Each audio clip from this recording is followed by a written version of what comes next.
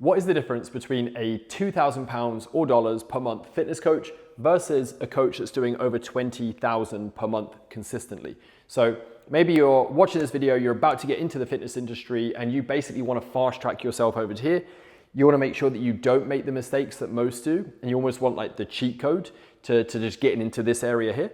Or maybe you've been in the industry for a while. Maybe you've plateaued in income. You're at 2, 3, 4K. You're just feeling a bit stagnant. You're starting to get a bit demotivated. You're seeing the coaches in this camp that are able to travel, are able to move countries, are able to buy new cars or take their partner on date night to cool places. And you want to just what am I not doing as well as I could be on certain areas here? My goal is that by the end of this video, you're ticking all 5 of these green and you know exactly what you need to do going forwards. So let's start with the first one, which is model. So I think it's pretty easy straight from the off to just make the bold claim that if you're a gym floor PT, and I usually very rarely speak in absolutes, but I would say it's going to be impossible for you to ever do a 20K month and above. Whereas you'll see online coaches do it quite frequently. So as a gym floor PT, number one is, you know this already, I'm gonna bore you with this one, but you're literally trading time for money. Every hour of your time is traded for an exchange of value. Therefore, there's only enough hours in the day for you to be able to train clients. If you're doing, let's say you're doing the upper limits, you're doing 5, 6K a month. For you to get to 10K a month, you'd have to almost double the hours that you're currently doing. Like it's just really tough to do. So that's number one. Number two, it's quite volatile. So anytime that your clients want to travel on holiday, anytime that you want to travel on holiday, whether it's Christmas, whether it's summer, you lose out on income. Anytime you're ill, same thing. Client no-shows, same thing. Here's the third thing that most people don't think about, which is that when you're a gym floor PT, typically you're going to be attracting people to you that are within maybe like a 15 to 20 minute drive. Now, if you're not living in a city like Dubai, London, New York, LA, you're just not gonna have like an affluent pool of people to tap into. You could be in a small town or village in the UK somewhere that the average wage just isn't that high. So these clients are never gonna be able to afford premium PT pricing. The cool thing about online coaching is, number one, it's way more time efficient. You can work with more clients. So you do this from your laptop. Each client requires a minimum amount of time or a minimal amount of time, which means that you can work with so many more people. Number two, you can work with them from all over the world. My students, for example, we've got students in UK, US, Australia, Singapore, Thailand, all over Europe. It doesn't affect things. So I can target specific areas where I know that there's a pool of people that will have, the funds to be able to invest into me. The third thing is that because online coaching, you'll have clients pay you on a consistent monthly recurring direct debit. It means that whether you go on holiday or a client goes on holiday, you still get paid. You don't get penalized, you don't lose income. So that's that. I don't know if you can see my dog, he's now jumping up at me. This is that. The first thing is offer. So I would say that most people in the left-hand side are very vague with who they are working with and what they can offer. They're not that clear on specifically who it is they help, what their pain point is, what the solution is that this exact person needs, and therefore they struggle to position themselves as an authority and an expert to this one demographic. So contrast this to the students, for example, that I work with. We've got some of them that focus on getting dads back into the shape that they were in when they were mid-20s. We've got people that focus purely on body composition and 12-week transformations. We've got people that focus just on brides-to-be. We've got a guy that is dominating the Jewish scene, so he's called the Jewish fitness coach. We've got a guy that specializes on habit formation. We've got a lady that coaches people on PCOS. So you can have a more specific dialed in niche that will allow you to become an expert, be sought after and command higher prices. Over here, I liken this to, let's say that, and obviously I hope this never happens, let's say you had kidney issues. Who are you gonna trust to correctly diagnose, potentially operate or prescribe the route forwards? Your GP or a renal specialist? Let's say again, touch wood never happens, you have a brain injury.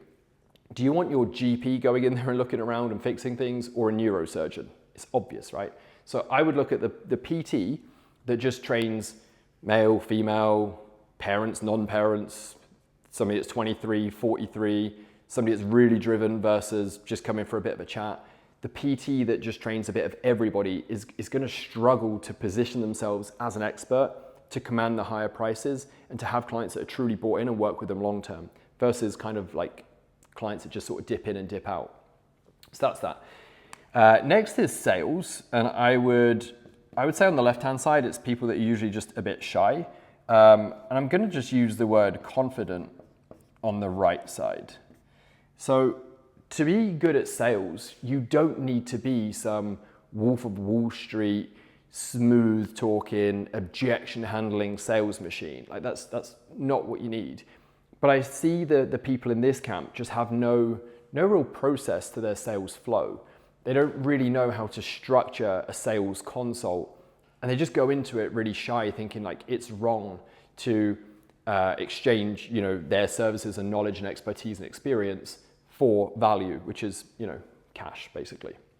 Whereas the coaches in this side of it, they're not necessarily the smooth talkers. They're not trying to strong arm people into signing up with them, but they know that they've got value to offer. They can change somebody's life, and they can confidently, position that to the person. They have a process in their mind. They have a flow that they use, throughout the sales consult that allows them to just have like a very casual conversation that just ticks the boxes and just slowly moves this person from, inquiring and perhaps uncertain to just certain that this person is clear on their niche and is going to get them from A to B as quickly as possible. So we need you to have like a sales process that has you confident versus trying to wing each one. Next up would be delivery. So I would say on the left side, we've got, what should we call this? Let's call this I'm going to call it competent. So that's competent. And on the right side, I'm going to just put jaw-dropping. So what I mean by this is this side of things. When I look at the average, let's say gym floor PT, and I was to take their last 5 clients, and I looked at them when they first signed up, and then 6 months later, most of their clients look exactly the same. They haven't actually edged much further close to their goals. And if you are a PT that's been doing this for a while, I would do this thought experiment. I would go through your entire client base and go, which of these have I actually had like a knockout result with? Where they came to me saying they wanted X and I've delivered on it. Very few PTs manage it. On the right side, the coaches that get the best results are the ones that deliver on that promise. They obsess over how to deliver at a high level. They have clients that stay with them for months and years versus just weeks and months. They have a process in place that knows exactly what this client is going to struggle with at which time, and then they have a solution for it. They've thought about this process and they've pulled all friction out of it to just make it as easy and as fast as possible for their clients to get results. I don't see that level of thinking with the coaches that sit on the left-hand side of this.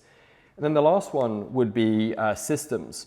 So I would say this is just completely random, whereas this is methodical.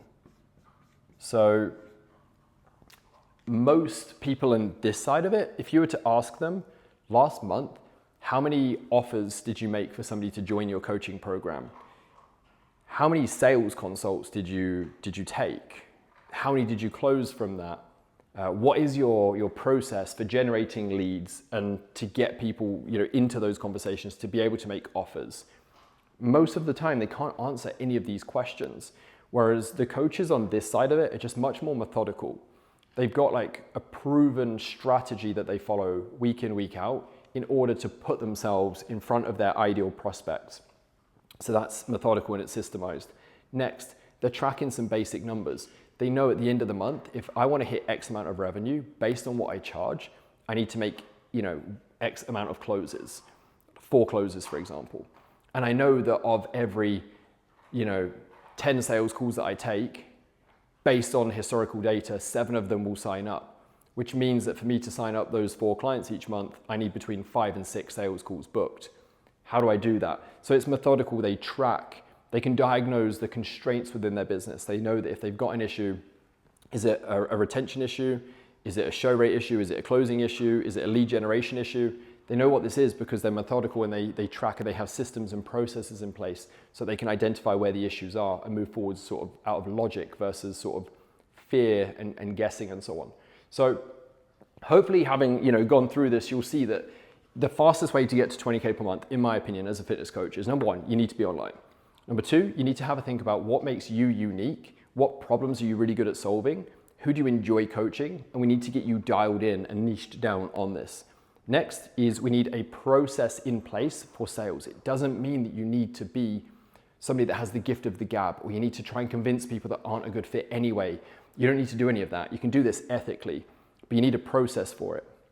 Last is, when was the last time you did a true deep dive into your coaching business and looked at where can I remove friction? What additional tools or resources or support can I give my clients to get them from here to here as faster than any other coach? And then the last thing would be, what systems do you have in place to generate leads, to get onto sales calls? Are you tracking, the amount of sales calls? Do you know what number you need to hit each month? If you don't have any of that, we need to correct that. And this is all stuff that I run through with my coaches. Pretty much everybody that starts working with me is like cross. They are all clearly this side of it. The average person that comes to us is about 1,500 to 3K per month, roughly. And then very quickly, we move them through these. We move them from PT to online versus various tactics that we do. Next, we work with them on their offer. We dig into their backstory. What did they struggle with? Who do they enjoy coaching? What's unique about them? We lean into that. We teach them how to put content out around this. Next, we have complete trainings on the sales and DM process, follow-up processes and everything. We have example sales call recordings that they can go and watch. We actually audit, we listen to their own sales calls, audit, give feedback. Then we teach them how to deliver training. I even give my exact routines to them that had me get like life-changing results for my clients. So we work with them on that. We also work with them on retention strategies so they don't have to keep filling the business with new clients all the time. And then we implement some really simple tracking that they can fill in so that each month we know exactly like where are we red, where are we green, where do our efforts need to be focused this month. So this sounds good, and if you're stuck at this sort of thing, or you're at scratch at the moment and you just want to tick, move over to this right side and start chasing these larger numbers that you see other coaches doing, then there's a link somewhere below. It's a quick 6-minute training or so, runs through like 3 key pillars that you're going to need as an online coach. If that sounds good, go check it out, and I'll catch you in the next video.